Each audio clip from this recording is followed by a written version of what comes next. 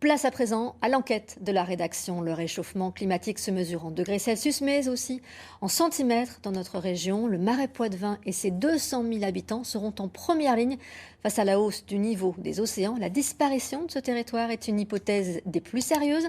Quelle est la réalité de ces prévisions? Réponse avec ce premier volet du travail d'Alain Darrigrand et Romain Bureau. Regardez.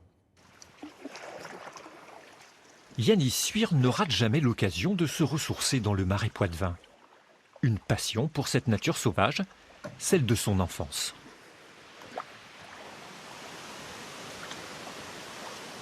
Une cathédrale de verdure, c'est comme ça que certains poètes l'ont décrit, avec ses arbres, ses frênes, son ombre, ses lumières, sa fraîcheur et puis toute cette biodiversité qu'elle abrite. Tourisme vert, agriculture florissante, façade maritime préservée, le petit paradis poitevin est labellisé grand site de France. Et si tout ça devait disparaître?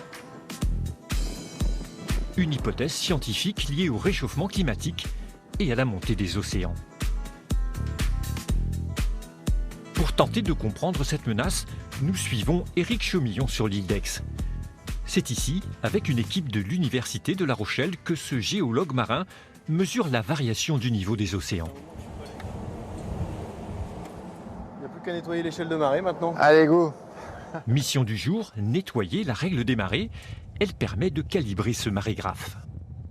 C'est un instrument qui envoie des ondes qui se réfléchissent sur la surface de l'océan et qui permettent, en calculant le temps aller-retour, de mesurer le niveau de la mer de façon très précise.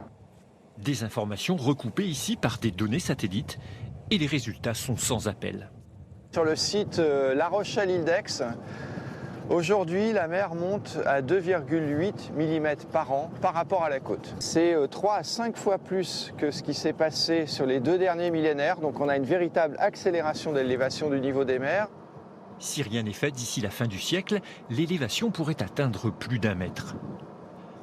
Voici le scénario catastrophe simulé par des journalistes d'après des données scientifiques. En première ligne, le Marais Poitevin. C'est bien sûr une menace pour le Marais Poitevin, qui est un territoire très bas, qui est situé en dessous du niveau des mers aujourd'hui.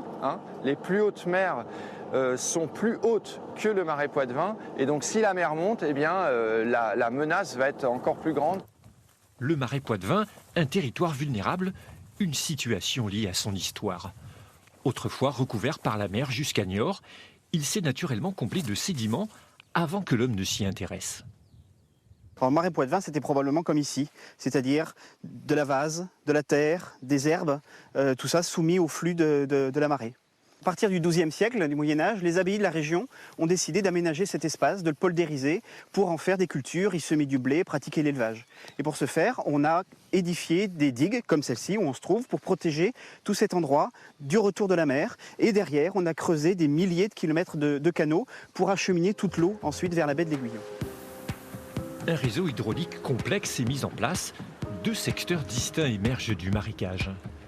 Le marais desséché, protégé par des digues destinées à l'exploitation agricole, et le marais mouillé pour recueillir le surplus d'eau fluviale. Une zone habituellement inondée en période de crue, appelée ici l'évaille. Et ici, de l'eau, il y en a beaucoup. Le Marais Poitevin, c'est le réceptacle d'un bassin versant de 650 000 hectares. Alors l'hiver, quand il y en a trop, il faut l'évacuer. C'est le rôle de ces portes à flot. C'est la clé de voûte du Marais Poitevin. Des ouvrages hydrauliques très surveillés. Avec ses équipes, Gilles Chouret veille à leur parfait fonctionnement. Ouais, si tu peux me montrer les dernières opérations de maintenance que vous avez réalisées avec Christophe. Là. Ça concernait les capteurs et puis... Voilà.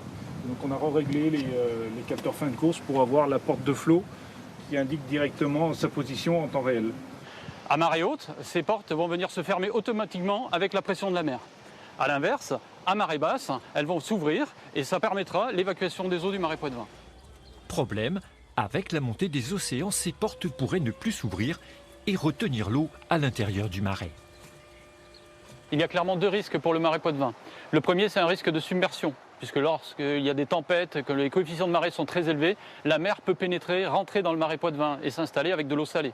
Le deuxième risque, c'est un risque pour les crues et les inondations fluviales, car celles-ci ne pourront plus continuer de s'évacuer comme elles le font aujourd'hui. On aura donc une intensité de crue et une durée d'inondation beaucoup plus longue, de quelques jours à quelques semaines.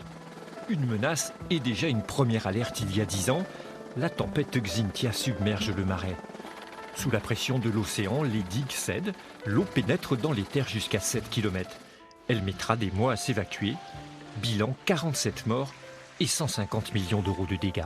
La tempête Xynthia va servir ici d'électrochoc. Le marais Poitevin, qu'on imaginait comme une forteresse imprenable, a fini par plier, un avertissement cinglant. Alors comment envisager l'avenir? Comment prendre en compte la hausse du niveau des océans? On en parle demain.